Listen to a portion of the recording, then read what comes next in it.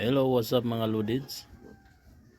So for this video mga Lods, mga idol, nakikita nyo mga big ko mga idol, mga Lods.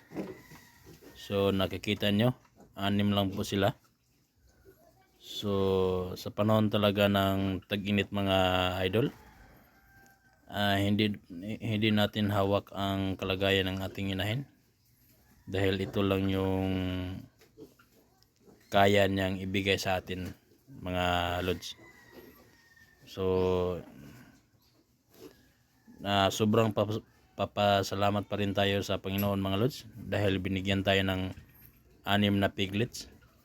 So ngayon mga Lods ay panahon na po ng tag-ulan mga Lods dito sa amin mga Lods. So baka naman sa susunod niyang panganak mga Lods, maswerte tayo mga Lods. Sige, bye bye.